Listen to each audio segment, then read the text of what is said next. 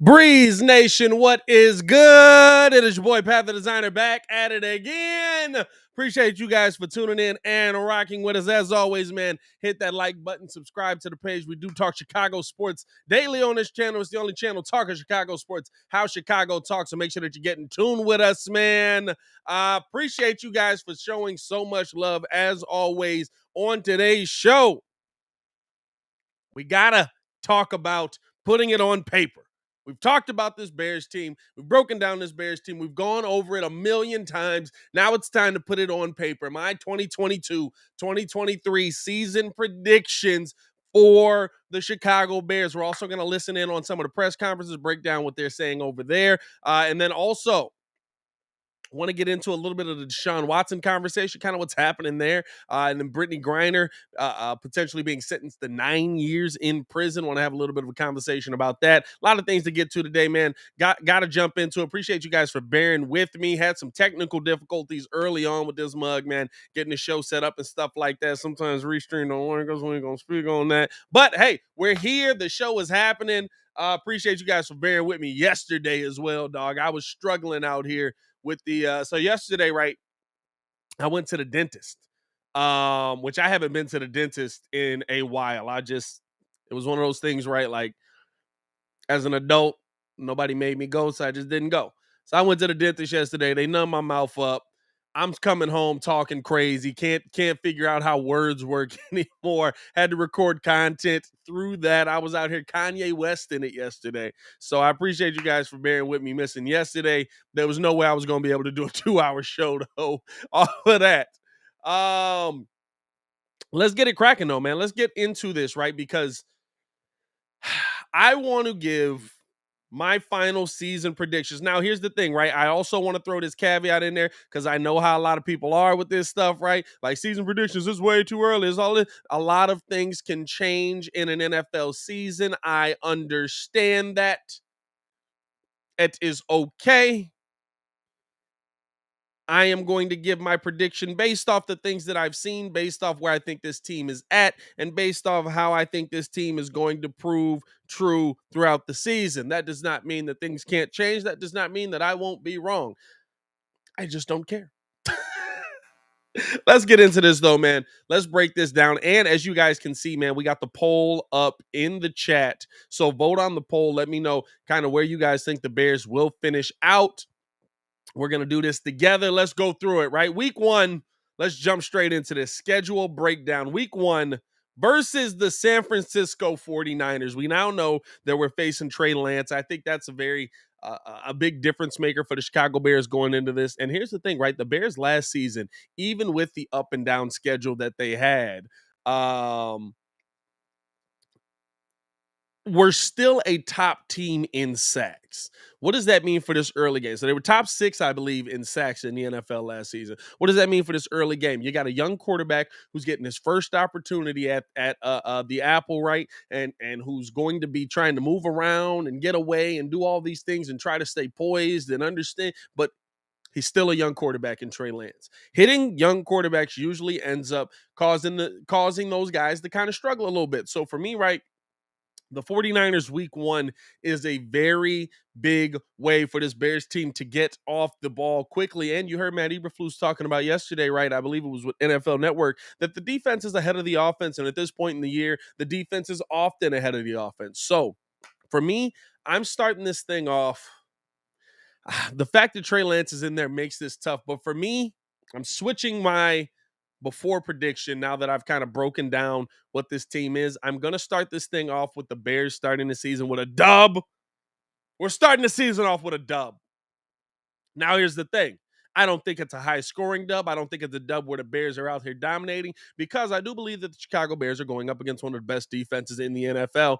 And outside of just getting the ball to Trey Lance, you also have to think about the fact that when you're talking about what the 49ers offense is and how they kind of attack this thing, and how Jimmy Garoppolo was so explosive in that offense, right, was the fact that there was a lot of underneath stuff. There was a lot of short stuff outside that Deebo Samuel was able to turn into long stuff going down the field for a touchdown. So There's going to be a lot of stuff where the Bears outside DBs have to contain in this game. I think that's going to be a tough one. I'm going to give them the dub here. I'm not going to lie to you, though. I don't feel great about the dub, but I am going to give the Bears the dub here week one. And I think that's going to be an interesting game to see kind of where this defense is at, because I think they got a lot of weaponry over there that you got to worry about. Let's jump straight into week two, man. We're not going to spend a ton of time on this, right? This is kind of my I just want to run through game by game, put it on paper so that I know what I have, so that you guys know what I have, and so that we're not coming into the season with a, well, Pat, you said we were going to win this game, and then you said we were going to lose this game. That stuff changes week by week. Listen, if the Bears run off a string of like 10 wins versus top teams, then sure. Week two, though, versus the Green Bay Packers, I am putting that one down as an L. We're trying to find a spot as well to host an event for this. So if you guys know any bars and stuff like that, let me know of any bars that you know of, and we would love to get in there and be and have a live event. Don Bird, I didn't shout out the chat either. My bad. I tweaked on that. Don Bird's in the chat already. Said the Bears will get 0 wins and 17 losses. What Don Bird doesn't understand is he's predicting his own record there. We've also got Dantavius in the chat. What's good? Isaac in the chat. What's good? Cache in the chat. What's good? I know you thought the show wasn't coming today, man. Isaac, I said Isaac. All right. Jay Capone in the chat. What's going on with you, my boy? Shout out to you for pulling up, man. Week two, I do have as an L. Listen, I understand everything Justin Fields said. I understand he wants to beat the Packers. All of that, right? I don't think we're there yet. And I think that there's going to be a little bit of an uphill battle with this thing. Now, and the Packers, right, they lost a couple of pieces, a major piece in Devontae Adams, but they didn't lose the guy that was getting them the ball. And a lot of times, right, Aaron Rodgers was putting that ball in perfect position for Devontae Adams to be great. I think Aaron Rodgers can continue to do that. I think as far as an offensive line, Aaron Rodgers didn't lose much in losing Lucas Patrick there. I think that they're going to be okay kind of this season standing in front of them. And I think that that's going to be a really tough challenge for the Bears week two. And the fact that it's in Green Bay, you're talking about an entirely new team essentially coming in with an entirely new system heading to Green Bay week two. I don't see the Bears coming out of that with a win. I think that's going to be probably the toughest game that they're going to have for a while early in the season. Yeah, I mean, so for me, right, I think Bears take an L in that one. I think Aaron Rodgers is just going to be Aaron Rodgers, right? And the pressure, blitzing Aaron Rodgers does not do anything for him, right? Like Aaron Rodgers versus the blitz is one of the best quarterbacks in the NFL, probably in NFL history. And then Aaron Rodgers, if you just stand pat and wait back, right, he's still one of the best quarterbacks in the NFL and definitely in NFL history there. So couple of tough games to start the season off. I got the Bears going 1-1 early. And I mean, listen, then the schedule like dives off. This is the thing when I'm talking about the Bears where I say I'm not worried about the Bears as far as a having a terrible season or having a 3-win season, because this schedule is atrocious. You go after the Packers, right? Week 3, you come home. By the way, week one is in Chicago. Week 2 is in Green Bay. Week 3, you come back home to play the Texans. And they are a absolute dumpster fire. There's what breakdown would you like me to give you on the Texans? They basically don't have an offensive line to stand in front of Davis Mills. Their best weapon is gone now, who was Will Fuller. Is Will Fuller still on that team? I don't even think he's on that team. They basically went all defense in the draft. That defense that Lovie Smith coaches is going to take a couple of years to kind of gel together. Yeah, that's going to be that will be a game where the Chicago Bears look like a dominant football team. I think Davis Mills is going to spend a lot of time in that game on his back, and I think he's going to have a tough time coming away with a win there in Chicago. Also, September. September should be nice in the city, man. I'm not trying. Oh no, that's October. October should be nice in the city, so he won't have that. No, it is September. Hold on, yeah, September 25th. So he should be all right there. So I got the Bears getting a dub week 3.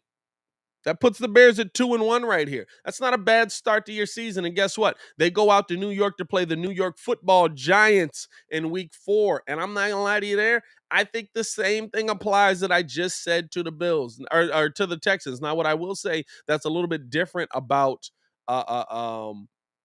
the Giants is that they've got players on that team that absolutely could carve the Chicago Bears up, right? If you get Saquon Barkley going, you know what he's able to do. You know what he's capable of. If you get, they've got to allow time for that offensive line to gel. Probably by week 4 or 5, if that offensive line is going to become something, they'll start to be looking in motion. And so I think that's something that you definitely have to take into account when you're talking about playing the Giants. I don't think it's going to be a body slam game. I don't think we just blow these guys out of the water.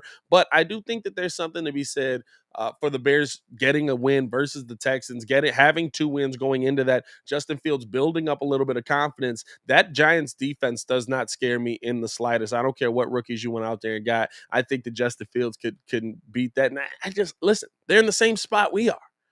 You know what I'm saying? I'm not saying the Bears are going to be this dominant team, but the Giants are in the same spot we are. They're starting things over. They have new coaches. They're putting a new system in place, and they just have players that just aren't very good at the end of the day. So I'm going to pick the Bears to come out with a dub in that one. I do have the Bears starting 3-1 in the first quarter of this season. I had them 2-2. I could still see them being 2-2. That Niners game is kind of a toss up for me, but I do want to know how you guys feel, man. Hit that like button, subscribe to the page, and let me know how you guys feel in the comments in the chat and in the comments below. Appreciate you guys for pulling up and rocking with us, man. We're gonna keep this thing moving along. Week 5. Week 5. One day I should just go through the Detroit Lions schedule just to see what Don Burr's how bad they're gonna be. Jared Goff's coaching or playing quarterback, so that could be anything. But just for Don Burr, I might go through the Giants, the Lions schedule one day just to mess with him. As we come into week 5, right? We got the Vikings in week 5. That's going to be a tough game. This is where I think the Bears might run into a little bit of trouble, right? We had a couple of games where I feel like the Bears absolutely can come ahead and get some wins in there. I think there's a couple of games where the Bears are going to get some losses coming down this stretch here. And I think this Vikings game is one of them. That's October 9th at noon. I do see the Bears getting an L here. I think the biggest thing is, right, like, you're going to have a lot of weaponry that you're going to have to go up against, right? You talk about Thielen, you talk about Jefferson, you're talking about why can't I think of their running back name right now that Akeem Hicks essentially hated, right? And you don't have Akeem Hicks up the middle to stop. Now, I do give credit to Justin Jones, right? But they've got a ton of weapons there. Kirk Cousins doesn't have to be great for that team to be pretty good, right? I'm not sleeping on the Vikings. I understand. And Matt Nagy's not here, right? That's the one team that Matt Nagy always could find a way to scheme against. But I'm not sleeping on the Vikings in the slightest, right? I don't think that Kirk Cousins is an amazing quarterback. I don't think he's a oh my God, we can't beat this guy kind of quarterback. Delvin Cook, thank you, Corey. Delvin, I just think that there's enough weaponry around him that Vikings team is dangerous. Do I think that the Bears could possibly split with them? Maybe with the game later in the season, but I think for the first time seeing them, there's going to be a little bit of a little bit of a struggle for the Bears coming into that situation. Blessings to you in the chat says new coaches for the Vikings, also new coaches, new GM, a lot of the same situations, right? But these players are used to playing with each other, and that's a big difference, right? There's a new system that's there, but there's guys that on this field that Kirk Cousins knows their tendencies already. He already knows, and there's just more of them. There's just more guys that have already been there. There's a core that's already built. There's continuity that's already built. And so for me, right, like I see the Vikings getting a dub over us in that one. I don't know if it's a blowout dub. I think it might be. I think the Bears are going to be in a lot of close games, right? I think they're going to be the team where I think they're going to be the team where there's going to be a lot of field goal games where it comes down to the last second bucket or last second kick. And they're going to be on the losing end of some of those. They're going to be on the winning end of some of those. I just feel like there's going to be a lot of ups and downs in this season. So right now, I got the Bears sitting at 3-2, and I don't think it gets better heading into week what is that? Week 6? Week 6 versus the Commanders, October 13th. I think that's a tough defense to to try and beat. Yeah, I mean, that's a tough defense. I don't believe at all in the quarterback situation going on over there. But I just think that's a really, really dominant defense that you're trying to beat there. You got Deron Payne back in there, right? And they've got Terry McLaurin. I think we got guys that can compete with Terry McLaurin, but I just feel like that defense is going to be really tough for a brand new offense to try to beat. Now, again, right, this could be a completely up and down situation. By week 4, I could feel completely different heading into week 6. I do feel like the Bears take an L here versus the Commanders. I hate that name so much. But I do feel like the Bears take an L here versus the Commanders. Again, a team that's got some continuity involved in it, a team that's going to be able to get after you defensively, especially that front 7, right? That's going to be, I mean, listen, with the offensive line woes that we've already talked about, that's going to be a scary thing for Justin to see. We saw kind of how he dealt with that last season. I do want to see kind of the differences, though. Not to say that this defense is on the same level as the Cleveland Browns, but how they get after you can be very similar, especially if they're in a winning situation. And so I think that could be a interesting test for Justin, right? To see, okay, how do you deal with a defense that can get after you like this defense can? So I'm giving them an L versus the Commanders. I think we do take 2 L's back-to-back weeks. And like I said, I think this is probably, if we're being 100% honest, right, this is probably the toughest part of your schedule here. This is probably the toughest part of your schedule here. Because right now, right after that Commanders game, you take on the Patriots October 24th, 7:15 p.m. in New England. Now, I do believe that the Bears can match up against the Patriots pretty well. I don't think the Patriots have any weapons that really scare me. The thing that scares me most about the Patriots is Bill Belichick. And especially Bill Belichick going up against rookie head coaches. It usually doesn't fare well for the rookie head coaches in those situations, right? You usually don't see the rookie head coaches coming out with a ton of wins versus Bill Belichick. Now, I think that there's a chance that this could be a competitive game just because Bill doesn't have all the talent in the world on his team. But I still got to pick the Vikings in this one. I'm not gonna lie to you. I'm sorry, the Patriots in this one. I have a tough time ever picking against Belichick and or Brady. I mean, like you'll rarely hear me say, no, yeah, Bill's outmatched in this one. They're gonna dominate this guy. Like even when Cam Newton was there, I was kind of still like, I don't know. Belichick and Brady or Belichick, he'll figure out a way. Bro, they were going up against the Bills, and I'm pretty sure I picked the Patriots just because I was like, I don't really pick against Belichick. And never have, man. I never have. So for me, I'm giving the Bears an L here, and it sucks because this is the moments where your team could take a turn for the worst. Right? These are the moments where you could say, oh, the Bears started off 3-1 and then they lost 3 in a row. And these are the moments, right, where you really find out what your team is made of. I think the Bears have a good makeup of guys here, but losing 3 games in a row, losing 3 weeks in a row, it's a lot of losses. How are they going to be able to bounce back from that if they do indeed go through that situation? That's what's going to be the most interesting thing to see from the Chicago Bears heading into that one, man. After that, we take on the Cowboys. And I'm going to be real with you. This is completely just the homer in me and probably the fact that I hate the Cowboys. I got the Bears getting a dub versus Cowboys.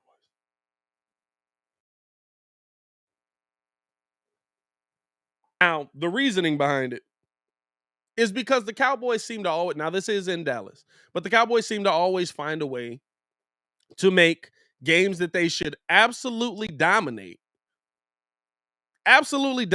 seem competitive. The Cowboys should dominate the Chicago Bears this season.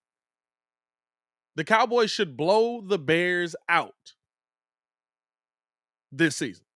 They should be such a better team than us. But what do we see every year? Have we seen a season in the last 5 years where it wasn't a close race out there in the NFC East? Where there wasn't a chance that the Giants could still make the playoffs? That the Eagles could still make the playoffs?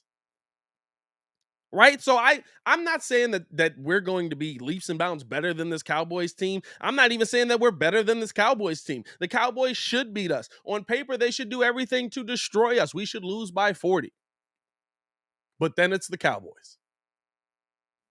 Then it's Dak Prescott. You know what I mean? Like that's what I always look at with this.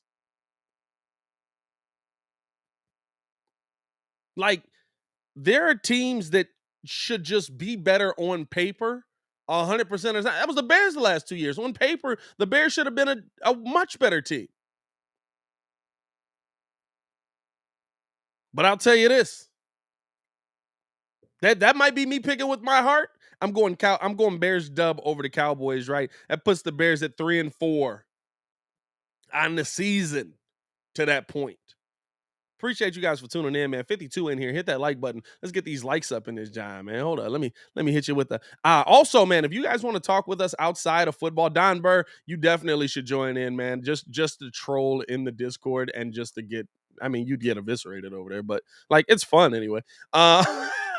Join up on the Discord. You guys should see the link in the chat as well. And I'm also keeping an eye on we're moving this I'm moving this along kind of quickly ish because I know the Bears are going to be doing press conferences and stuff like that. So I want to keep it going and move this so that we can listen in to what the Bears are talking about in the press conferences today.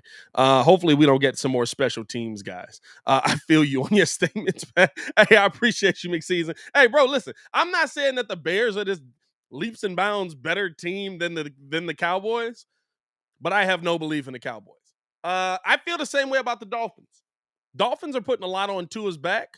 I don't think that Tua is that good of a quarterback. I've said that on many occasions. I think that there's a lot of things going on outside of just what's happening on the field in that organization. And yeah, I like Tyreek Hill. Yes, I like Jalen Waddle. I do think that defense is a little bit more dominant coming into this season than last season, and they were a pretty good defense last season. I think that that Dolphins team to me though, Tua's he's got to show me, right? Like I said, by that point in the season, I might be completely different. I might feel completely different. But I don't believe that Tua's the guy that's going to get that done there. I don't believe that he's going to be able to get the ball to Tyreek. Just getting the ball to Tyreek, getting the ball to Jalen Waddle, you know what I mean? Those are important things. Unless they're going to play a very underneath scheme, but I don't feel like they're doing that much either. So I've got the Bears getting a dub over the Dolphins. Again, this is the part of the schedule where all of a sudden, right, you can feel good. I think that Tua's the one piece on that team that is the weakest link on that team. They fixed the offensive line. They fixed they got you more weapons. They got you solid running back. They've got a good defense. I think Tua's just going to be kind of mid. Yeah, I'm saying he's going to be that here we go kind of guy. Pat, are they still having press conferences today? Even though the players are off today, they normally do, but maybe not. They might not. They might not. That would be that's a good statement. They might not have press conferences today. I didn't even think about that. I don't know. I know usually they'll send up like a couple of people, but we probably don't want to talk to them. So that's all good. If they don't, they don't. I'm fine. But we'll see. So right now I've got the Bears sitting at 4-4 versus the Dolphins. Now, again, I said this is the point in the season where I'm gonna have to towel some of you guys off because I think the Bears are gonna run off a string of wins here versus subpar teams. Because guess who's the next team on the list? The Detroit Lions. Dub. Everything I just said about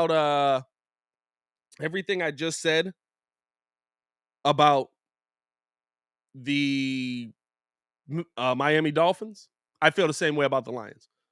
I think the Lions have some nice pieces. I really like TJ Hockenson. I will definitely be taking him in my draft. I like Jamison Williams. I like what they put around. What's his name? Why can't I want to say Jared Goff. I like what they put around Jared Goff. But I don't like Jared Goff. There's zero belief in Jared Goff. Jared Goff is not a good quarterback. There's a reason that the Rams moved on from him so willy-nilly. He's not a good quarterback. Goff cost the Lions at a minimum 2 games last year. Now, granted, he had some games where he brought y'all back in it. But Goff absolutely cost the Lions at a minimum 2 games last year just on decision making alone. He's just not that talented. He's not that good of a quarterback. I have no belief in him. I think the Bears will be in his backfield all day. I think they'll be knocking him over. I think he'll be in his own head. I think he'll be trying to figure it out. Like, come on, bro. Come on. Stop it. Stop it, Don Burr. Stop it. Don Burr keyboard is on fire over there trying to write up this message for why the Detroit Lions are going to get a win. Like, that's a terrible quarterback situation. And I'm going to be real with you, dog. I'm not impressed by the fact that your coach can do push-ups either. Can he coach? That's the thing. I don't want to see him crying because he's taking L's. Dub for the Bears versus the Lions, man, all day. Stop playing with me, Don Burr. Stop playing with me up in here, man. See, this is the thing. I actually like Don. That's the other thing about it. I actually like Don. I mess with Don. As Ringo once said, the Lions gonna lion. The Lions are gonna lion, bro. It's been how many years? How many years? Your best players for the past 40 years are Barry Sanders, Matt Stafford, and Megatron. Come on, dog. You barely beat a tore-down Lions team last year. Oh, hey, last year's a whole different year, my boy. And guess what? Barely beat is still beat. Barely beat is still beating. You know how we beat them? How did we beat them, Don Burr? Who helped us get that victory on the Lions side? Come on, Don. Come on, Don. You know it. You know it. Come on. Say it. Say it. Come on, Don. No, you could put all the Super Bowl appearances, divisional wins, all that stuff, Don. You know the truth. You know the truth. Come on, Don. Who helped us win that game? Go ahead, say it. Go ahead and say it. Who gave that game to the Chicago Bears, Don? Who gave that game to the Chicago? No, I'm not moving on till he say it. He know 100% how the Bears won that. Trying to talk about the Lions are gonna win something out here. He knows 110% how we won that game, bro. Talking about y'all barely beat the Lions. Come on, Don. Who gave that game away? It's 2 words. You can type faster than that. You're not that old, brother. Like, come on. What are we talking about? The Lions? The Lions? The Lions. Don, I'll say this. I'm so confident you guys won't win one game versus us this year. I will buy you a jersey if y'all win a game versus us this year. Whichever Detroit Lion you like. Whichever Detroit Lion you like on the current team. I ain't getting you an old school jersey. Them must be expensive. They be taxing on them muds. I will buy you a jersey if y'all beat us one game this year. And you can count on that. I got jerseys hanging around here. By the way, hit that subscribe button. We're giving the Zach LaVine jersey away at 15,000 subscribers. Let's get to 15,000 subscribers, man. And B. Bill said, I'll admit it, the Lions made some good moves in the offseason. I agree. I 100% agree. But who gave us that game? The refs. Stop it, Don. Stop it, Don. Stop it, Don. The refs. You know who gave that game away. I will buy you a jersey. Blessings to you said, I'll donate that jersey.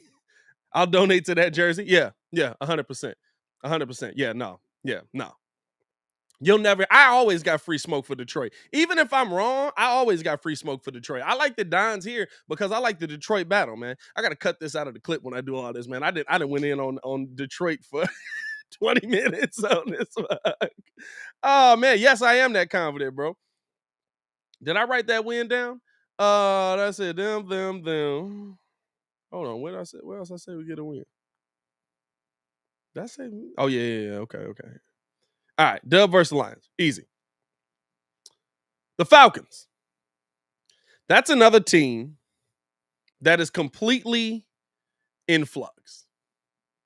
That's another team that, to me, is completely in a different situation. Now, keep an eye on him, right? Because Tevin Jenkins might be heading down there. But to me, I look at that Falcons team and I love Cordero Patterson. I would love to have him here.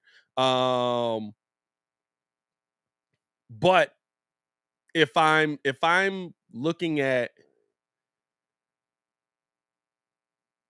just where that Falcons team is at and how they're going to find their way in the right direction, right? They missed out. They didn't go after any of the quarterbacks. Like, they had cap issues. I get that, but you didn't go after any of the quarterbacks. You brought in Tua essentially as your starting QB. I would have thought that you were going to do a little bit more there. I think they drafted a rookie as well for their QB position there, but Tua is going to be your starter. I love Kyle Pitts, but I can't draft him this season because I don't think he's going to see the ball enough. I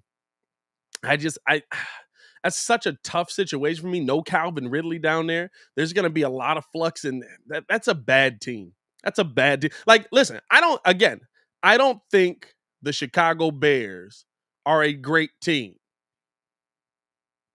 but I think the schedule's easy. So that's a dub for me as well. This is the reason why I said I'm going to have to towel off Bears fans. I want y'all to understand this right here. I have the Bears season as currently stands going L dub dub or hold on dub L dub dub 3-1, 3 losses in a row, 4-3, and then 5 dubs. There's nothing dominant about that. Hold on. Did I really just hold on? 1, 2, 3, 4, 5, 6, 7, 8. Okay, that's 8. Yeah, that's right. Because how I got us finishing the season, Jets. Okay, that's somewhere in there. I feel like I wrote this down wrong. I don't know. I'll go back and fix it. But yeah, at a minimum 4. Oh no, that's right, 5 dubs. Because I got us beating the Cowboys, Dolphins, Lions, and Falcons. Yeah.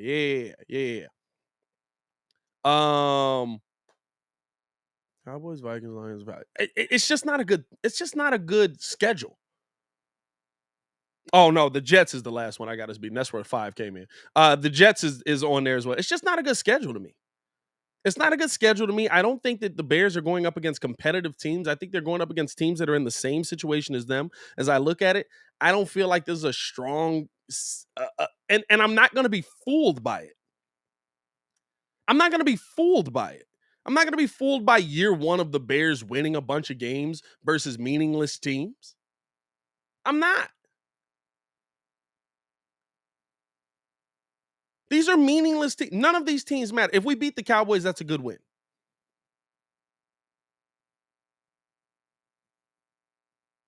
If we beat the Cowboys, that's a good win.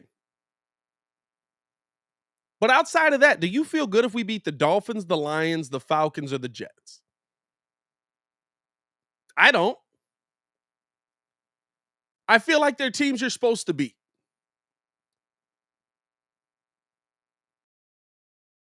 I feel like they're teams you're supposed to beat.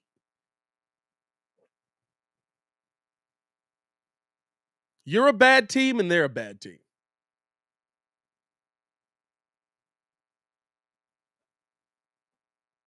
And guess what? I think it comes down to earth real quick. I think it comes back to earth real quick because the next week you got the Packers.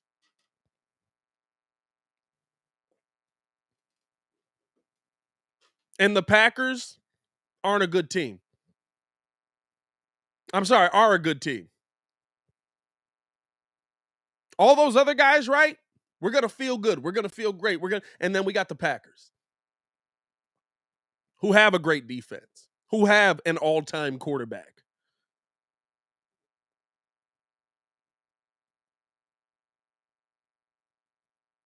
That's where things change there. That's where it gets tough. That's where you look at this thing and you're like, okay, well, if we're talking about what this Bears team is going to be, yeah, they should be able to compete versus some of these mediocre competition teams.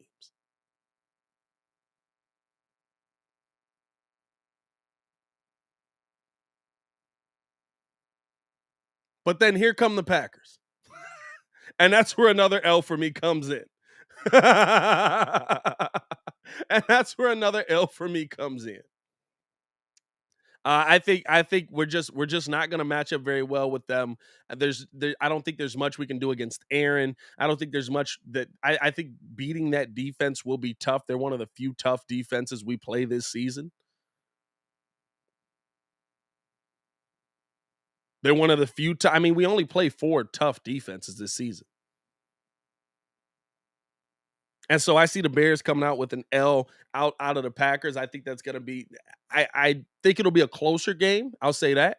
I think it'll be a closer game. But I do believe that the team will still not have enough. Yeah, I mean, I think that they still won't have enough. Luke Getsy's revenge game. I think the best opportunity for Luke Getsy to have a revenge game is early in the season. If you win week 2, that's your best chance. I don't see him winning week 2, but week 2 to me is your best chance because guys are still getting things implemented.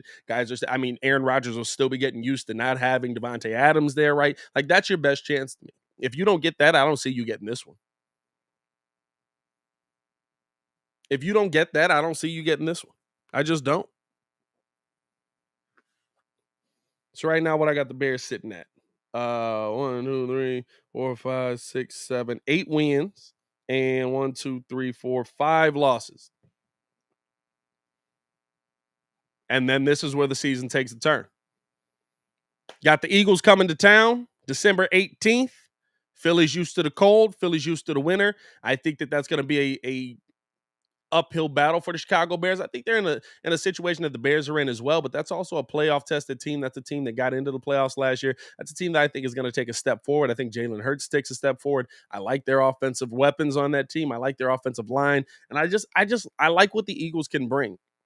Again, a team that just kind of shows where the Bears could be moving forward, moving towards, right? That the Bears could be moving towards. But I don't think the Bears are going to be there yet. And so I've got the Bears taking an L there. I think the Bears I just don't see the Bears coming away with a lot of wins at the end of this schedule. I think our fun is going to be had in the middle of the season because right after that, December 24th, we're playing the Bills. That's going to get ugly. That one's going to get ugly to me. That one's going to get ugly to me. That's the one where I think, ugh. That Von Miller on that Bills defense that was already the best defense in the NFL. Attaching that with Josh Allen, who's got more weapons and is just a dominant player and has become one of the best quarterbacks in the NFL, probably a top 5 QB in the NFL. Yeah, we're in trouble there. That's an L for me. And then guess what? We got the Lions again, Don Burr. We got the Lions again. We got the Lions again. Dub. Big dubs versus the Lions. And then the Vikings the second time. I think at the end of the season, we finish the season off with an L. That puts the Bears at what? 9-8.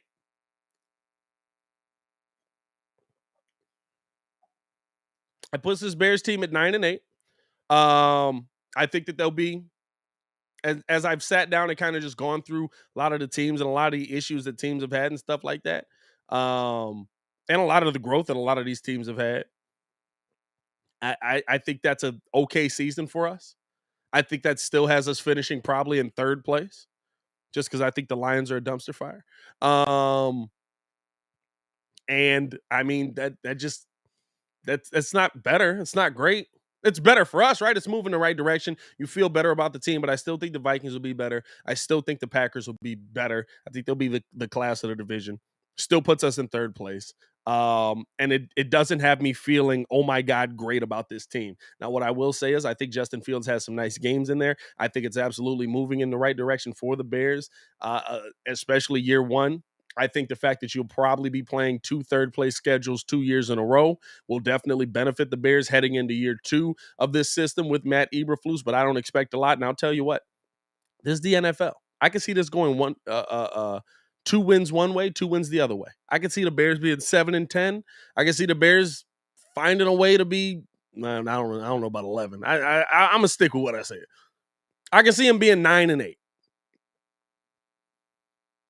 above 500, mediocre. But I can see them losing a couple of the games that I said they'd win because the teams that you're playing are not great. But you're also not great. But there's unknown, there's excitement, there's that year one. The Bears coaches in year one seem to do really well. It puts a spark in the team. They move in the right direction. They're moving. Yeah, I mean, like, those are things that you have to talk about. Pat must have forgot that the Bears O-line is pure trash. Well, if you were talking about last year's O-line, Don, I would absolutely agree with you.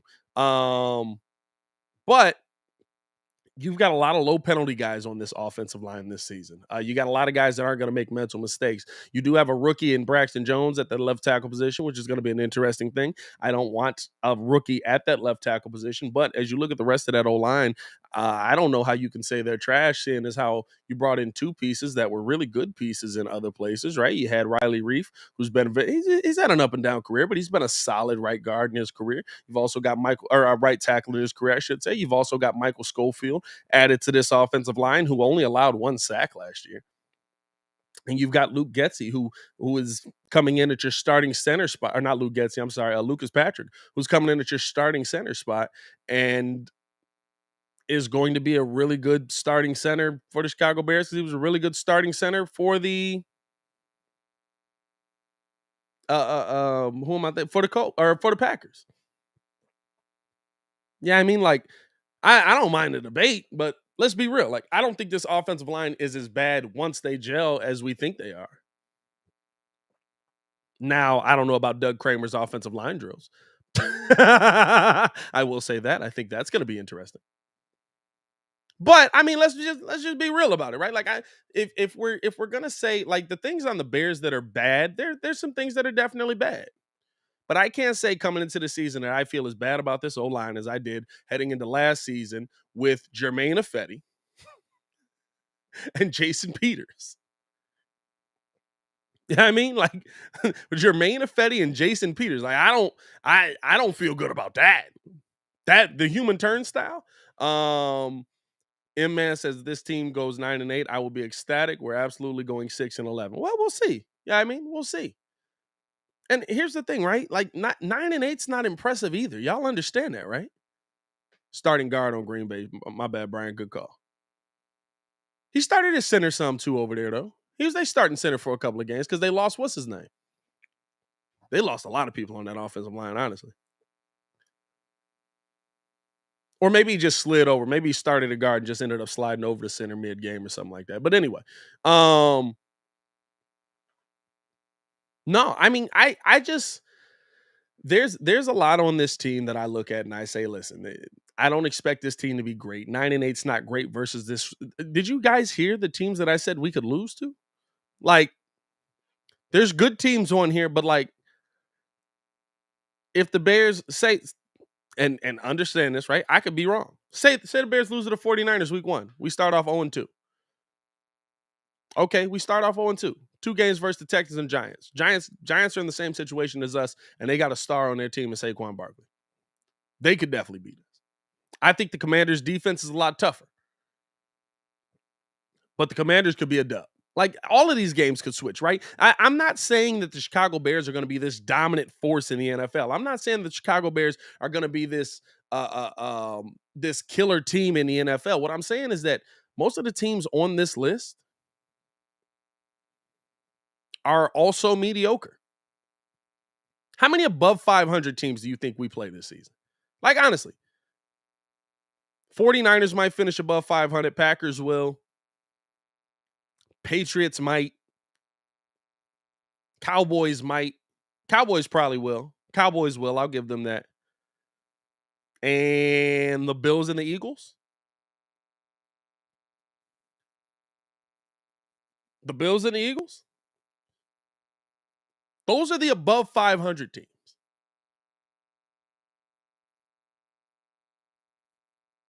Those are the teams that I look at in the preseason and I say, for sure, you're going to finish above 500.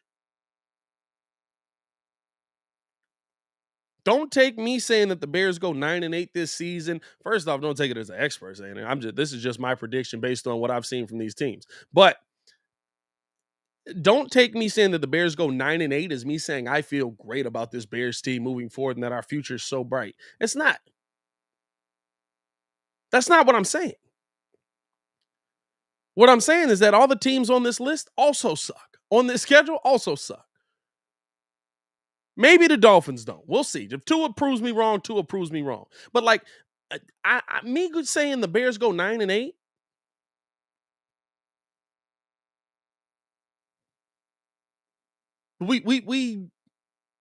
We're playing a bunch of teams that are scrubs. We should. If this Bears team goes 6-11 versus this schedule, like, you shouldn't feel good about the year one of the Bears or year two of the Bears or year three, right? Like that's all I'm saying. I'm going into year two with so much skepticism on this Bears team, knowing that I feel like they're going to win. Even if they win, I'll give you one further. If this Bears team found a way to get 11 wins this season, 11 wins this season, I wouldn't feel good about them heading into the next season.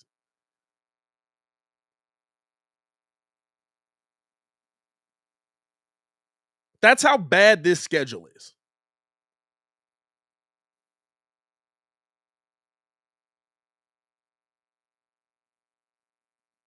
That's how bad this schedule is.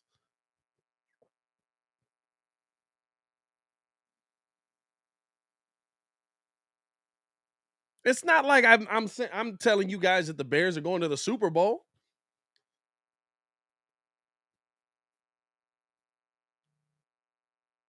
And I think it just lines up well so that it looks better. Here's the thing as well, you got to take into account. Scheduling is what really kind of goes into account on this. Like, we play 4 bad teams in a row. And then we play a lot of good teams in a row. And then we play a lot of bad teams in a row. Or backwards. We play good teams, then we play bad teams, then we play good teams, and then we play a lot of bad teams in a row. Like, that's the whole where I see this Bears team standing at. That's my whole reasoning on that. So that's my prediction for the 2022-2023 season. Let me guys know your prediction down in the comments below, man. Don Burr, I was serious about that, dog. If y'all beat us one game,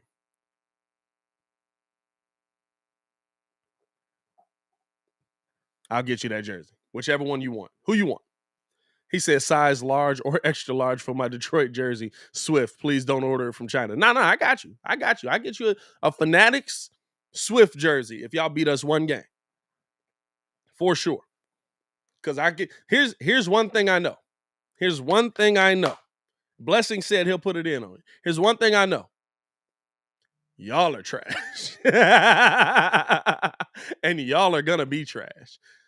Now, see, Brian, I ain't going that far. Brian says we can win the division. Yeah, I don't know about that. I don't know about that, dog. I don't know about that. Damon says no. Y'all are only Bears fans that don't scout other teams. Oh, I watch the other teams. I look at the other teams. That's the whole reason I'm making this list. I spent a bunch of time yesterday breaking down what these other teams can do and how these guys can play. But what about these other teams makes you feel good? Honestly, what about the Jets? Puts them above the Bears. What about the Giants? Puts them above the Bears. That's the part that nobody like believe in these national narratives, dog. The Falcons. The Lions. What tells you that they're a better team than the Bears? What scheme? What play style? What?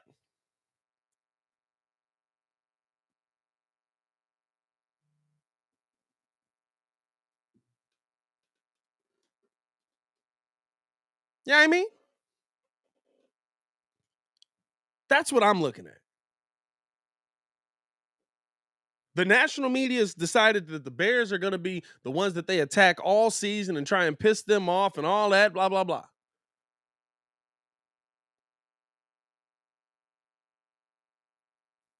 But there's nothing about these other teams that I see that I feel like, oh, they're dominant.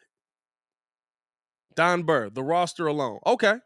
Don Burr, Detroit's roster. Swift better than Swift better than Montgomery. Was Swift a 1,000-yard rusher last season? Because David Montgomery was as well. And he was underutilized. And he missed time. In this season, they're actually going to use Khalil Herbert, who was one of the few running backs that also ran for 100 yards on the Buccaneers, who didn't let anybody else do that.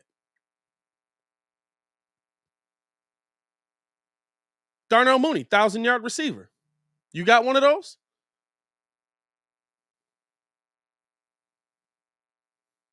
You got a 1,000-yard receiver on your team? Because we do.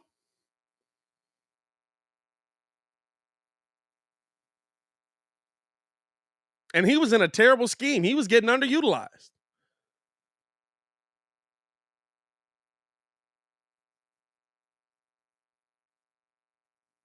I mean, like it's there's nothing leaps and bounds. Like we can have the like fan base debate, but there's nothing leaps and bounds better about most of these teams on this schedule than the Chicago Bears. The one team that has something that I think is leaps and bounds better is the Giants that have Saquon Barkley.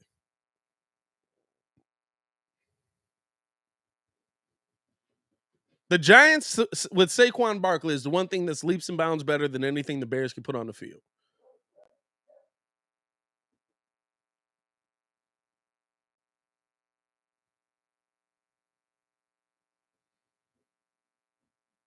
That's it.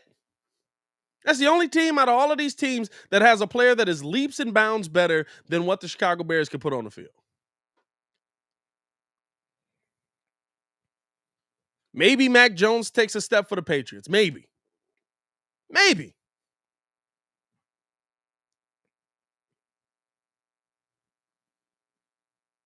Cowboys, I think, is a team that definitely has players that are leaps and bounds better. I just don't believe in them.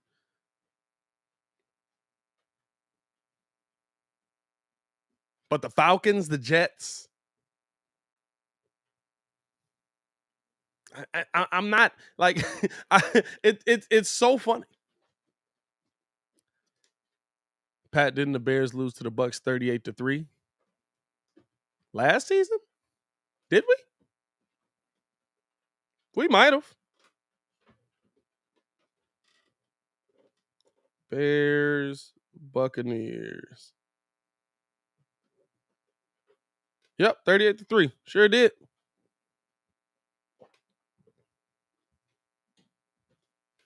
That doesn't change the fact that he ran for over 100 yards on. That tells me exactly what I know about Matt Nagy. He don't want to use the running backs. That tells me exactly what I need to know about Matt Nagy. I mean, but I also think that's a completely different situation when you're talking about this team coming into this season as well. How have they built this team? They built this team to run to its strengths. There's a fullback on this team. They're going to run the ball heavy on this team.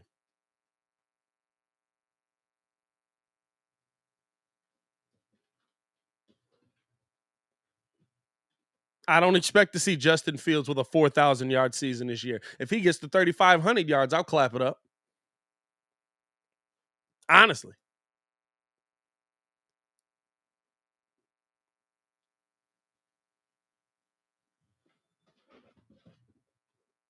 Do you believe in Monty? Yeah, I believe in Monty, but here's the thing about Monty, right? He's a running back. Y'all know how I am with running backs, bro. Like, I believe in him. He could be great. Get Khalil Herbert in there.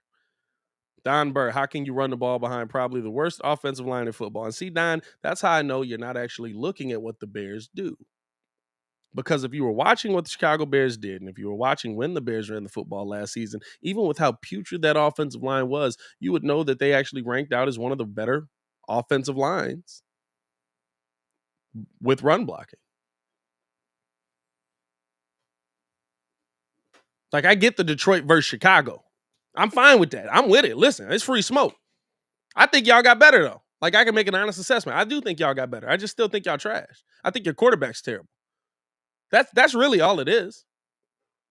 I think if you're talking about what's wrong with the Detroit Lions, they put a team around guys, or they put a team around a guy that's not good, and they didn't put a team around the guy that was really good.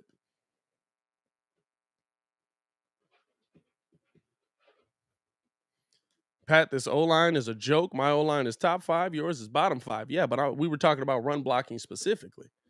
We were talking about how they weren't using the run blocking previously. We were talking about how this Bears team, when Matt Nagy actually did run the football, they actually graded out as a pretty good run blocking offensive line. So you can spout numbers and you can yell it. That's the same thing as Bears fans last season that came out and yelled, this defense is going to be this defense is better. We should hold on to Sean Desai. This defense did a lot of good because they were top 5 in sacks and they were top 5 in what was it? It was yards allowed or something like that. Yeah, they were top 5 in sacks and top 5 in yards allowed.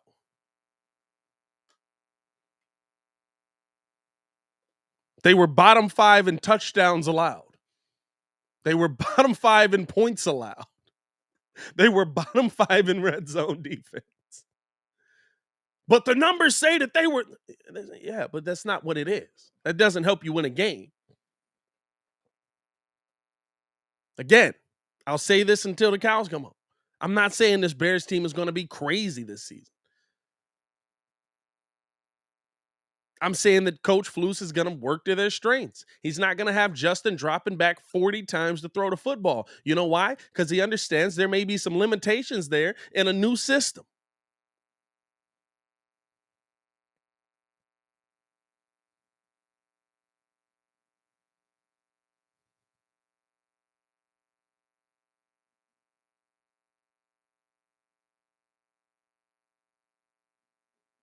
There's a lot that this Bears team can learn this season, but don't be fooled, Bears fans. I don't care if they get 13, 14, 15 wins. Don't be fooled, Bears. Now, that's different. You dominate. You get 15 wins, that means you beat some good teams. But I don't care if they get big wins or like I'm not being fooled by year one of a coach ever again.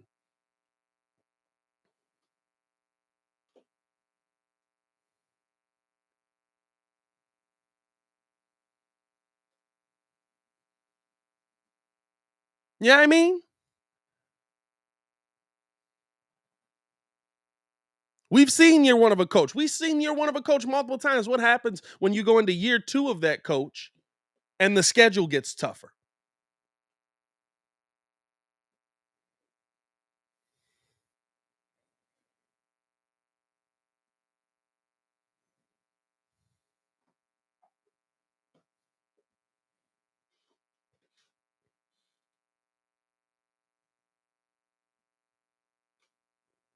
That's what I'm talking about going into next season.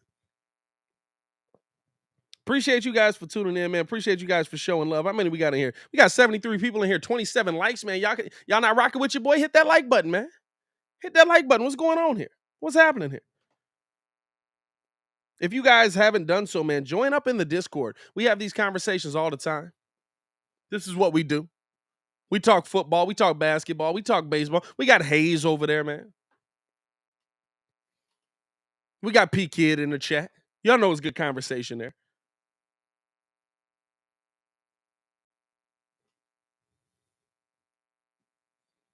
Don, bro, the whole world. Chicago.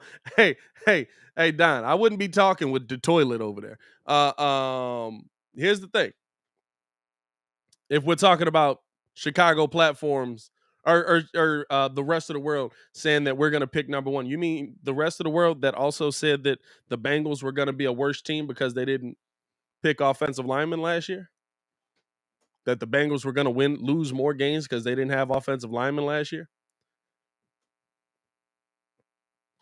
That group of guys. And that's the same media members that said that DeMar DeRozan was the worst free agent signing, which happened a year ago. Shout out to y'all, man. Yeah, I mean, like, listen, the media is the media. They have an agenda. They have something to push. They have something to talk about. They need something to talk about. And guess what? You know why they attack Bears fans and the Bears right now? Because we attack back. Because we attack back.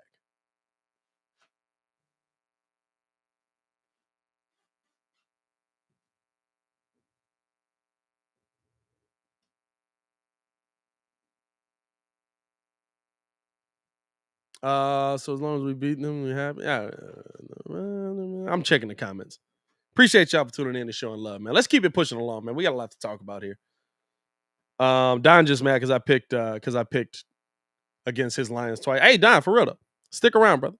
If y'all beat us one time, I'll get you that jersey, my boy.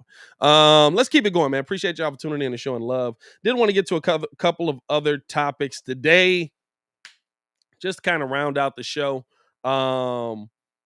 Steve-O, but you know what's funny, Pat? The media, he keeps speaking on don't talk Lions at all. You know what? It's not a bad take, but who wants to talk about the toilet? So here's another thing that I really wanted to get into.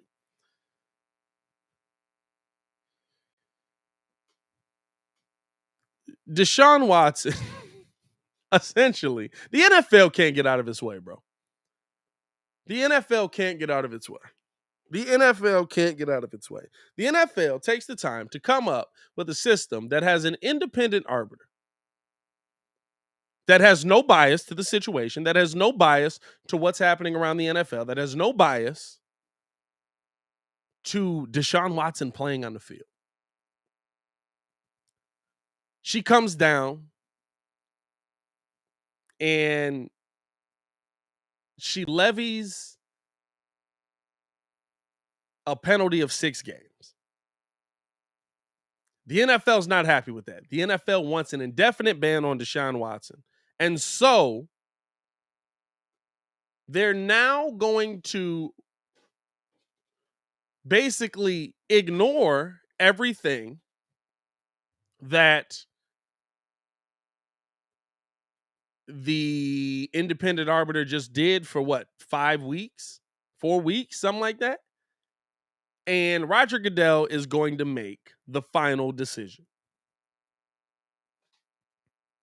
They're trying to essentially keep Deshaun Watson out of the NFL. There is a belief that Roger Goodell will levy a 17-game ban, a 1-year ban, with an indefinite something indefinite on it as well. But the problem is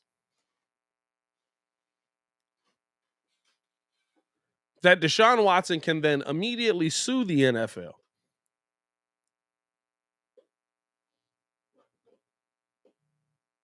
and play week 1.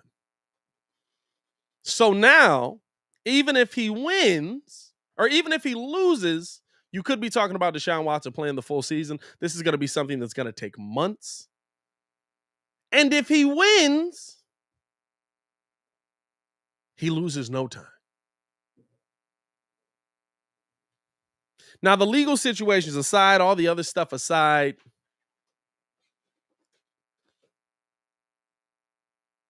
you got a ruling that you felt wasn't enough, but it was a ruling that a system you put in place came up with.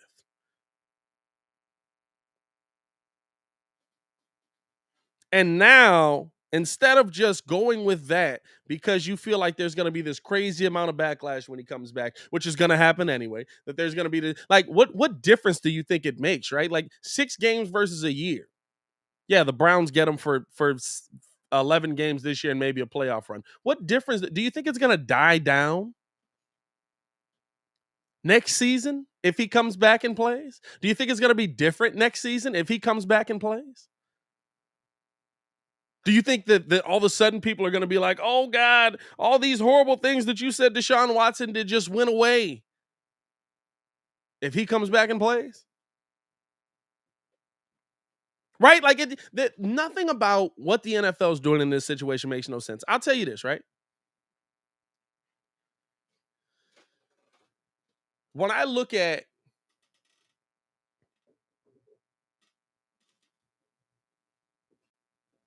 how the league is run,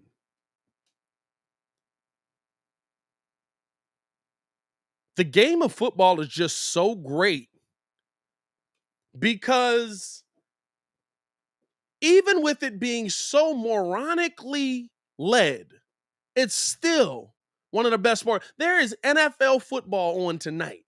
The Hall of Fame game is tonight. And I will be tuning into the Hall of Fame game, which is a preseason game that means absolutely nothing. Like, that's football. That's football. But it's just such a poorly run organization. And when you look at it, like, especially with the difference in penalties, and the whole purpose of creating this independent arbiter is so that you cannot get called out for having this difference in the penalties that you what is it? Flash Gordon is out for 25 plus games for smoking weed.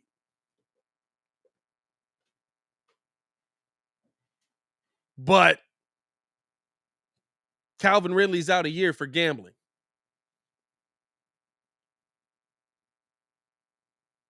But Ray Rice got 2 games. But Ray Rice got 2 games. You know what I'm saying? Like, that's the whole purpose of you getting out of your own way. That's the whole purpose of you literally saying, we want an independent arbiter. And guess what? Now we don't want it.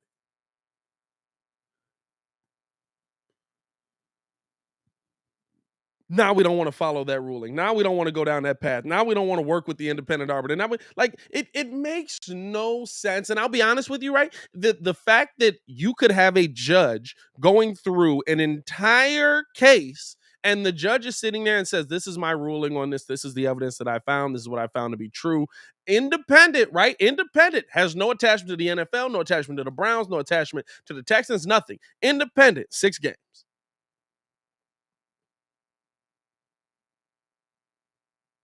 The fact that you can look at that and you can say, oh, okay, well, you know what? 6 games isn't enough. We're going to allow Roger Goodell, who has no legal experience, who has no time as a judge, no time on a bench, no time, none of that, to say, you know what? I'm going to make my decision based off of the evidence that I see fit. So you're smarter than the law school guy, lady, now? You're smarter than the person that dedicated their life to doing this?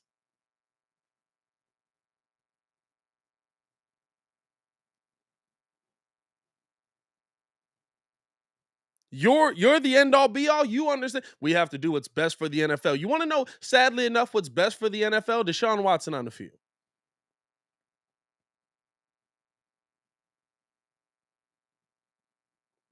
And I'll be honest with you, the whole independent thing now, because you know they're going to give them more. Now you're going to get nothing. Now you're going to get nothing. Because now it's going to go back to another judge that's going to look at all this evidence and say, hey, well, this judge said nothing happened.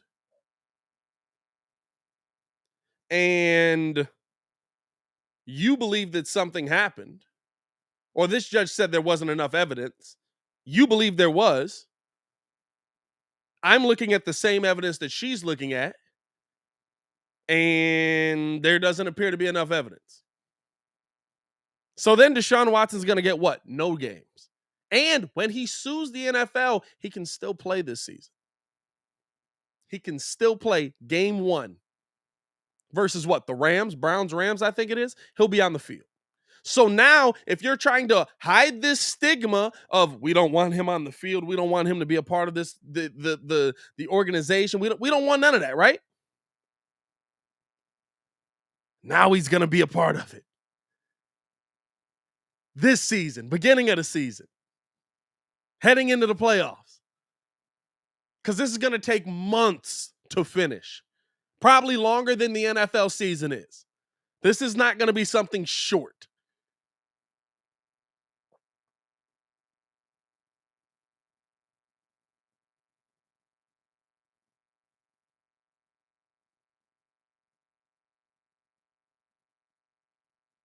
I think that, listen, do I think there was enough evidence? Do I think that he should be locked up? Do I think that, I don't know. I don't know. I'm going to be real with you.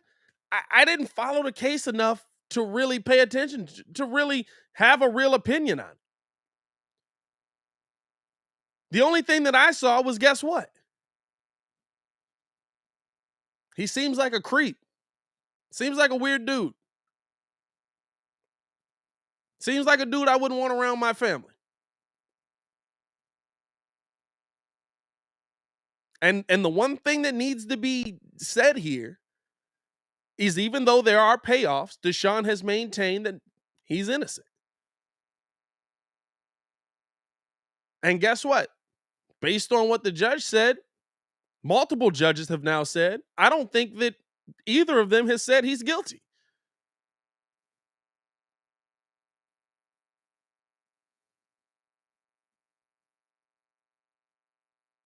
Now, the payoffs are so that he can get back on the field quicker. And maybe there's some with NDAs and stuff. I'm sure they all come with NDAs. But he's a weird dude. He's a creepy dude. He's all of this. He makes people uncomfortable. He should be penalized for that. But now you're taking the risk that he won't be penalized for that. Now you're taking the risk that he won't be penalized for that. Now you're taking the risk that he won't end up being found. The risk that he won't spend time off of the field.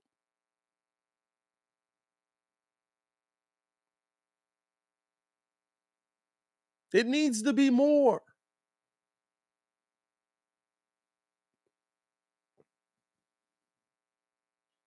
I knew he was diabolical when he had Mia Khalifa playing door basketball in a maid's outfit. Yeah, that man is dangerous out there.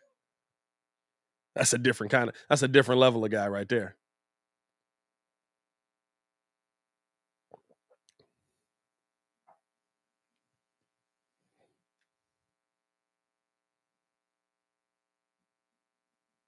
But y'all get what I'm saying? Like, I feel like if I'm going to look at trying to bring somebody down or get somebody out of the league or get somebody, like,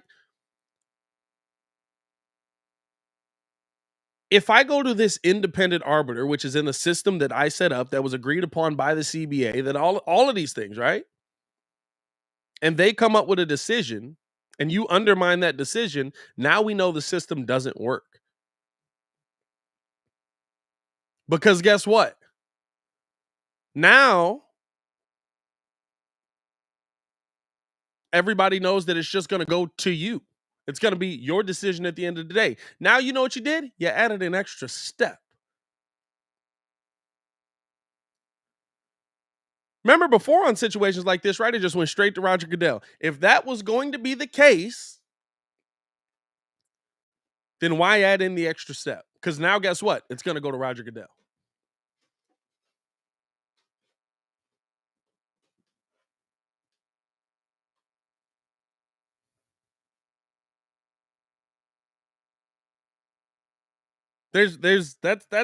That's how this thing ends. That's how this thing comes down. That's how it finishes out. Roger Goodell makes a decision. You just added extra steps. You added extra time.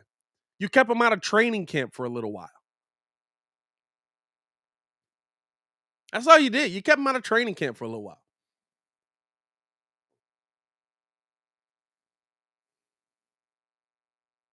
Meanwhile, right, there's all this smoke for him. Meanwhile, Robert Kraft, who was actually convicted, who was actually found guilty, Never missed a day of work. What's up with the hypocrisy in this situation, man? What's going on?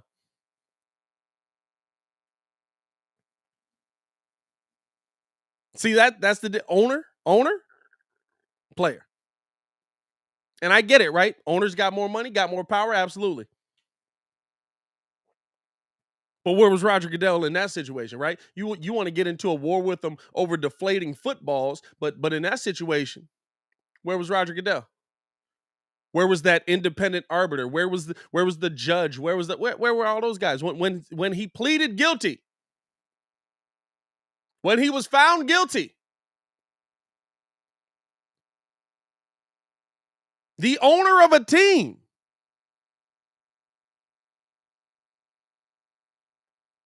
Where was Roger Goodell?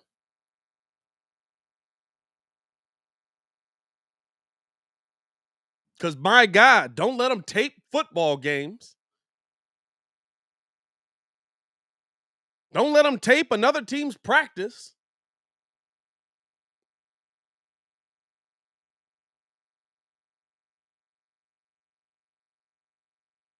It's all hypocrisy, bro. It's irritating. It's stupid. It's annoying. It's dumb. The NFL, to me, is run dumb. But that tells you how great football is. Because you know what? It's gonna be, no matter what happens in this situation, guess what? We're gonna enjoy football all year.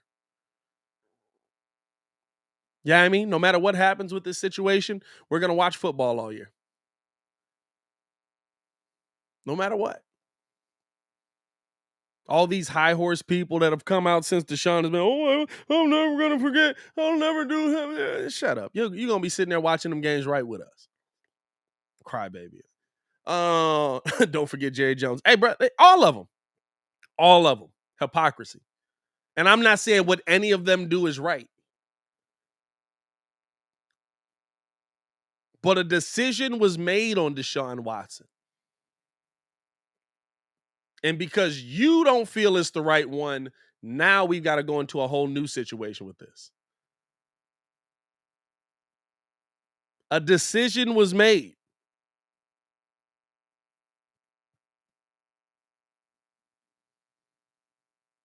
We didn't even get to the point where we was talking about decisions with Robert Kraft and none of them.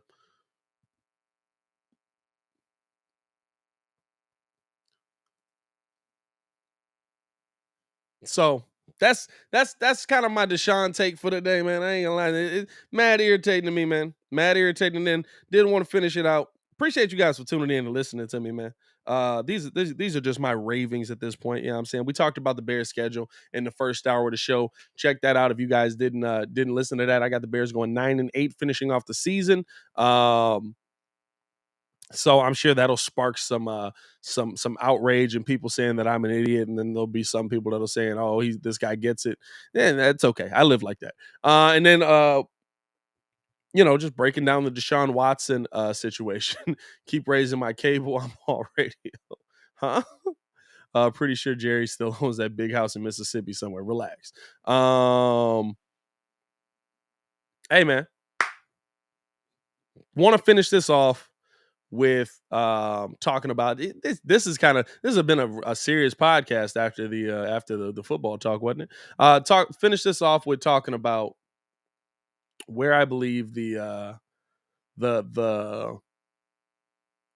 WNBA is going and this situation with Brittany Griner. So Brittany Griner, and we were talking about this in the Discord. If you haven't joined the Discord, check out the conversation over in the Discord. Just click that link that's in the chat, and you'll be able to join up. Brittany Griner was found guilty of drug possession and smuggling in Russia, a Russian court outside Moscow. Griner has been sentenced to 9 years in prison. The true length of her detainment will be determined by negotiations on a prisoner swap between the U.S. and Russia. So that's really what it is. Where she is now in Russia, she's been sentenced. She had to be sent. This is the part that I want people to understand. She had to plead guilty. She had to be sentenced for her to go to for her to be a part of a prisoner swap. So she's now been sentenced. She'll probably be home within 30 days, I would assume, right, with this whole situation. But here's my biggest issue. And it makes me sad, and it's a bigger issue for me because the WNBA, I believe we're getting to a point where this league will not be able to stand on its own in these markets. They're going to have to figure something out, merge with another league or something, but they're not going to be able to stand on its own. Why was she over there? She was over there to make more money. She was over there to play. She was playing basketball over there. There's a lot of people that go play basketball over in Russia and make twice as much, 3 times as much, 4 times as much money as they make here in the WNBA. And I understand it's a revenue shares thing. I understand everything that goes into it, right? But you have to find a way. We talk about the NFL getting out of its own way. You have to find a way to get out of your own way. Paying attention to this league this season, and listen, you cannot say there has not been advertisement for it. They have put out advertisement on ESPN. They've got games on ESPN, regular ESPN. They're getting games on ESPN too. They are pushing the WNBA right now. Heavily. And guess what? You still find ways to make your league not entertaining. You want to know what I watched yesterday? I was watching the WNBA game. Got the halftime. Not one breakdown of the game. We were talking about issues across the world. Nobody was breaking down the WNBA game. Nobody was breaking down the basketball that was being played on the field, on the court, still in football mode. Nobody. Nobody was talking about the basketball game because we need to talk about bigger issues right now. Huh? We're watching a basketball game. I enjoy the WNBA. I enjoy the WNBA more than most people. I think that these ladies are incredibly talented. I think that it's more skilled basketball. I think that there's a ton of skill set that's going that people don't see because when they turn on the game, it's not a well put together product around the game. You want to know why watching NBA on ESPN on a Friday night is so entertaining? Because it's a show. I know Jalen Rose. I know Stephen A. Smith. I know it's a show. It's a product. You have to put something together. And you've put together such a subpar product around a great product, and you think that it's just going to work. It's not. The basketball itself is entertaining. For the people that be like, there's no dunks, and I don't want to see basketball without dunks. And like, what are the dunks you looking for? Like, half the dunks that happen in an NBA game are rim grazers. You get a couple of dunks a game that might be oh my God, that's a crazy dunk. Maybe, right? Like, I'm going to be real with you. Seeing Zach LaVine do a 360, while it is impressive in feat to do, I'm so used to seeing Zach LaVine do a 360 at this point. It's not that crazy. So if you're worried about the dunks, like, you're just a moron that hasn't actually sat down and watched the game, because if you enjoy the game of basketball, it's actually a really good game of basketball. It's actually a down to the wire, entertaining game of basketball. But the product around the game is terrible.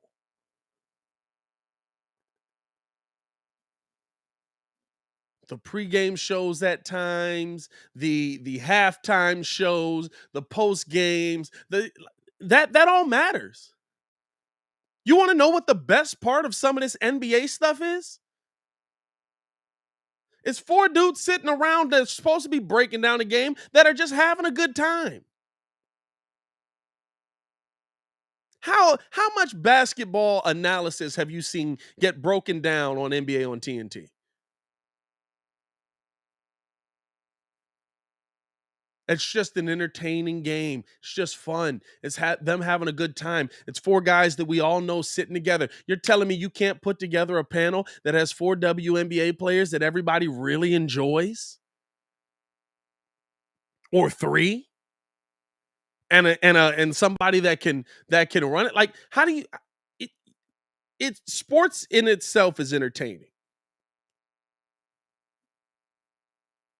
But the game that or the money that is made is everything that's built around the sport itself.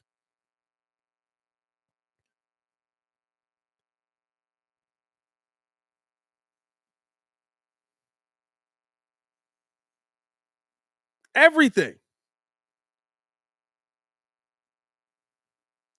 NBA on TNT is barely like, if you want to go with the let's not do basketball breakdown, they touch everything.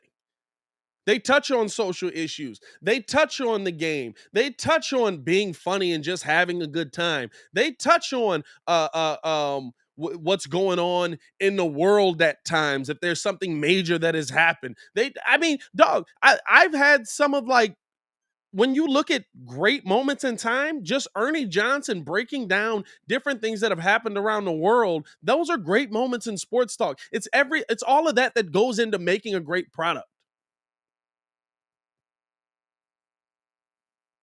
And I went on this whole tangent to say that the reason that the revenue streams aren't higher and that they're going overseas to play basketball, where women's sports is pushed more and respected more,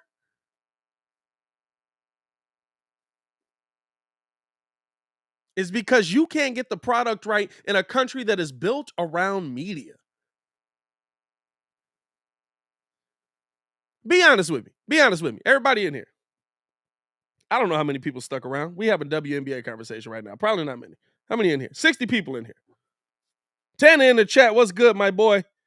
Tana been a Breeze super fan for 8 months. Shout out to you, Tana. Appreciate that love, man. Hey, if you guys want to join up with Tana and join the Breeze super fan, man, I would appreciate that very much, man. It does support the show. It does help you guys support me as well. Join up on there. You get custom emojis. You get some exclusive content. We're going to be starting some exclusive content for Breeze super fans members, where we're going to be doing a all 22 breakdown every week of what the Bears are going to be doing. So it's worth it. It's gonna be worth it. It's gonna be much more worth it to be a Breeze super fan outside of just having the little emoji thing. But honestly, how many times have you seen a clip of something from the WNBA outside of just the players? And I follow a lot of NBA content outside of the game. How many times have you seen a clip of hilarious breakdown? How many times have you seen a clip of just analysis of guys having fun, guys talking about the game, guys giving their opinions on the game? And it could be women. You know what I mean? How many times? Because I've seen a random Charles Barkley clip pop up on my timeline. I've seen a random clip from Stephen A. Smith pop up on my timeline. I've seen a random Wilbon clip. I've seen a random Jalen Rose clip.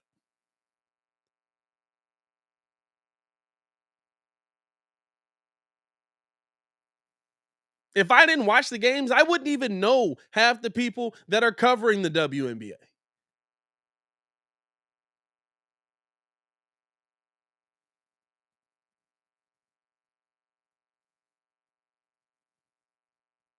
Steve, I see Lisa dunk once a year. Facts. I still got it. So right, like that's the reason why I talk about, like, it's a league that I enjoy. It's a league that I love, but it's so much to me about the product that you put around it. And the product that you're putting around this is that men refuse to support the WNBA. And so now we have to find a way to get more women to support the WNBA. Have y'all ever been to a WNBA game? Who's there? I've been to a Sky game. Who do you see? Do you see it filled up to the brim with women? Or do you see a bunch of dads with their daughters trying to get them to grow a love for the game? Because dads understand that sometimes seeing your daughter or seeing somebody that looks like you, that is growing up with the same struggles that you're growing up with, that is on a court playing that sport, will make you love that sport.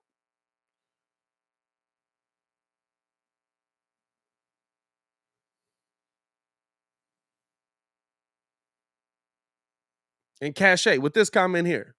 The NBA should promote the WNBA. Now that streaming is popular, they should be all over social media. That's on the WNBA. That's it. It's its own league. What is the NBA promoting the WNBA going to do for the WNBA? Give it more looks? Get it more retweets? The WNBA has a Twitter. The WNBA has all the same social media outputs that the NBA has.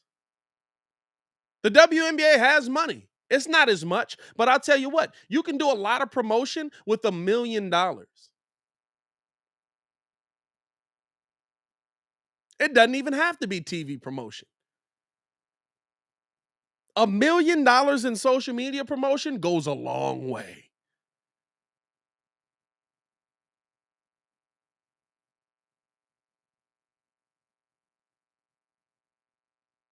There can't be this thought process along the WNBA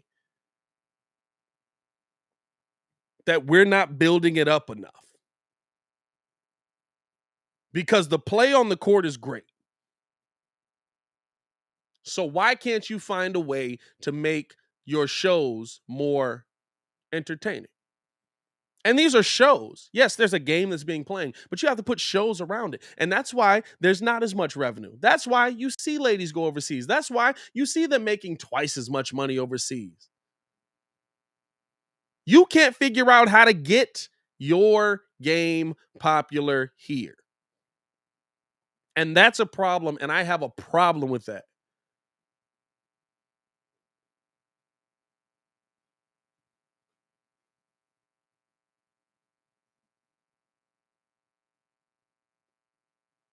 Don't tell me there's not girls playing basketball. Don't tell me there's not girls that don't love basketball. Don't tell me there's not women that don't play basketball. Don't tell me there's not women that don't love basketball. I know them. I hoop with them. I play with them. I talk to them. Talk basketball with women almost every day.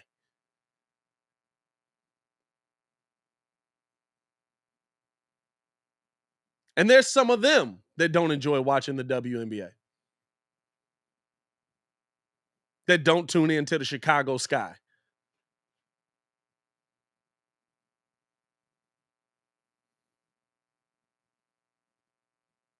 They got to figure that out. They got to figure that out, because I'm going to be real with you. The fact that they can go overseas and make 3-4 times as much money, you're in trouble. You're going to get to a point where this league is going to end up folding. Honestly, you're going to get to a point where this league is going to end up folding. The WNBA or the NBA may help it along a long time and may keep it alive, so that just to say that we have a league where women can come into and play. And I think that there's going to be some things. I think it's heading in the right direction game wise. I do. I think the talent wise is headed in the right direction. There's talent on almost every team. I don't know about expanding right now. I would say focus on the teams that you have, but there's talent on almost every team. And I just feel like there's a lot to be said about where the WNBA is going game wise. But the product around the WNBA is terrible. And I'm sorry. That's that's on the WNBA for putting out a bad product around what's on the court. It's a bad product. You can't build a booth for these guys to talk. I built this for like $90. Can't give me a booth. You can't give me a, yeah, I mean.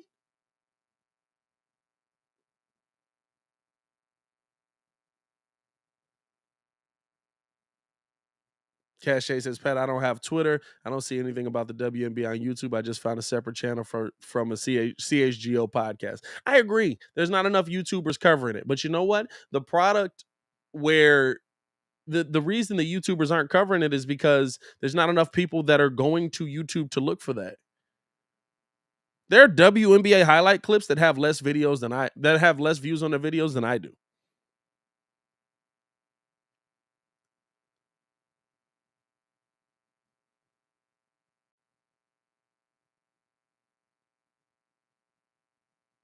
There are WNBA videos online from the WNBA that have less views than I do.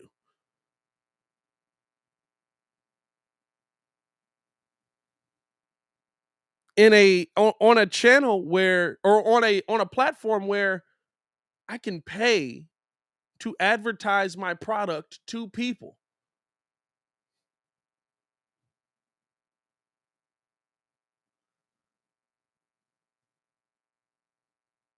You know what I'm saying? All these ladies that go out there and watch the Warriors. Why are you watching the Warriors? Like, you like basketball? There's a ton of ladies that love basketball. Ton of ladies that love basketball. But they're not watching the WNBA either. Go look at a lot of them games, man. I've been to the games. I've sat in those stands. It's dads and their daughters that they want to learn about the game of basketball. You get a few sprinklings of ladies and stuff in there, but it's not like that. It's just not. Hey, man, that's my time for the day. I went 10 minutes over. Technically, I went under because I started late, but they got to figure that out. I'm gonna be covering the Sky. Listen, Cache, I'm gonna be covering the Sky all playoff run as far as they go. Hopefully, we're dealing with a repeat. I'm gonna be getting ready for live calling Bulls basketball. We're gonna have football getting ready to get cracking off. Right, like I'm gonna be covering it. If those dads had sons, would they still be there? No.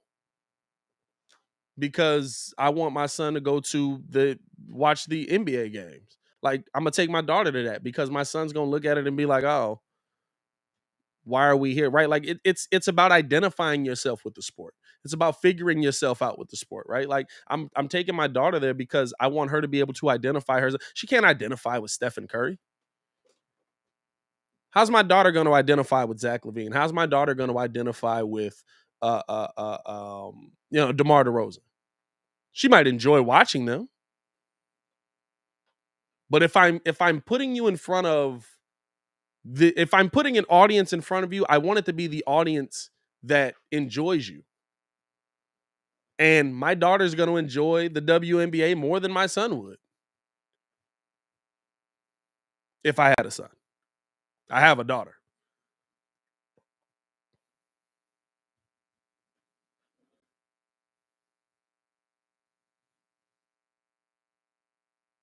But hey, basketball is basketball, dude. Hoopers will watch both. I agree with that. I watch the WNBA. I love the WNBA. I agree with that. But I'm just talking about growing up. Like, kids usually aren't just like, I grew up a hooper or I was born a hooper. Like, there's usually something that you see that identifies you with that sport that makes you start to have a love for that sport. If I had a 3-year-old son over there, he's not going to identify with women running around playing basketball. He might identify with DeMar DeRozan, with Zach LaVine, with those guys. You know what I mean? Like, that's the difference. That's the difference. But hey, Steve-O, me, Pat, and Hayes ain't enough. Hey, that's a fact. We are the ones watching all of it. Hey, man, we appreciate y'all for tuning in and rocking with us as always. Hit that like button, subscribe to the page. I'm going to clip this mug up. We got a video dropping probably at about 1:30, 2 o'clock. Probably about 1:30. So be on the lookout for that. I know a lot of you guys aren't getting notifications on our shorter videos. It's because you guys tune in with our longer content, and I appreciate you guys for doing that as well. So if you're not getting the notifications, join in the Discord. We drop all the videos in there, or just keep keep an eye on the channel. We're dropping content 4 or 5 times a day now. So there's always videos on there. So check that out. We got a Bulls video dropping at 1. I'm gonna say at 1:30. I'm gonna get it out here at 1:30. And then we've got we're gonna have some more Bears content dropping today. And make sure you guys check out the solo channels, man. If you want just Bulls content, if you want just Bears content, we got Chicago Bears Breeze. We've got Chicago Bulls Breeze. We're dropping that content over there as well. But as always, man, it's your boy, Pat the Designer, back at it again to continue watching our Chicago sports content. Click the links in the description below or just go check the channel out for your boy, man. Y'all stay safe out there, Chicago.